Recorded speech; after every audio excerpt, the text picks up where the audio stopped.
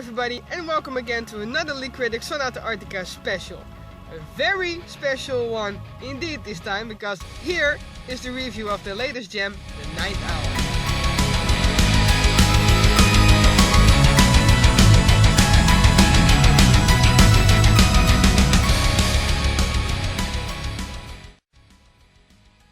So as you all know from my previous videos, I never really dig the last two albums, Don't Score Her Name and Pariah's Child. They were both pretty okay, but a far cry from the stuff that made me fall in love with Sonata in the first place.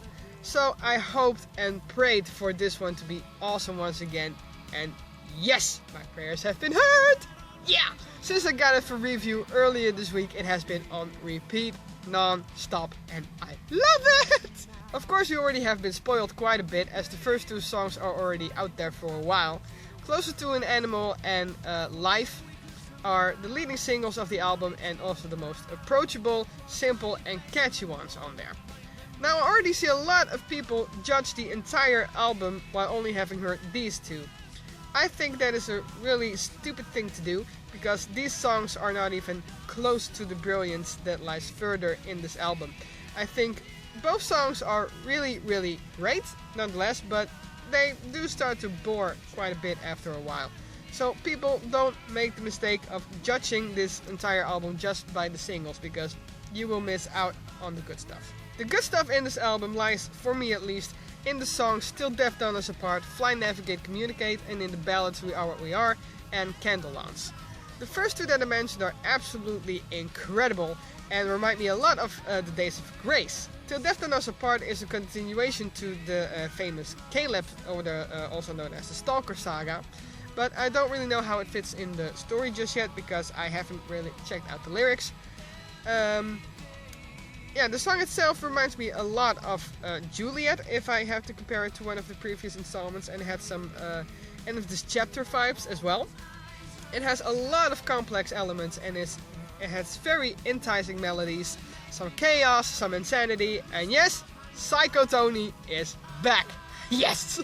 Fly, Navigate, Communicate is also a very creative song that goes all over the place with his rhythms and just is packed with awesome melodies. Tony is showing off his whole vocal range, even throws in some screams. This one might take some getting used to, because the first half, the song doesn't really knows where it's going, it seems, but the second half is just packed with pure fucking orgasms. So this one takes some getting used to, but it has genius moments in there. The two ballads there are both really heartbreaking and really beautiful.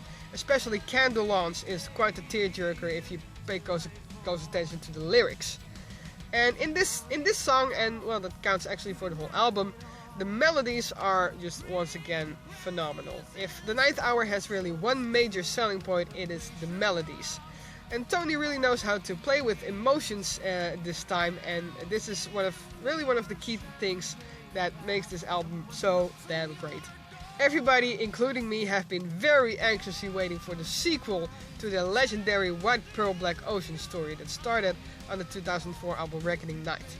And I can tell you, it is really a worthy second part, and the little hidden melodies from part 1 really feel very nostalgic and familiar, and there's something they did extremely right. But if you expect another big emotional roller coaster like the Reckoning Night version, you are in for something else. Because this one actually does have an happy ending. And it's a lot slower and a lot more romantic than the first one.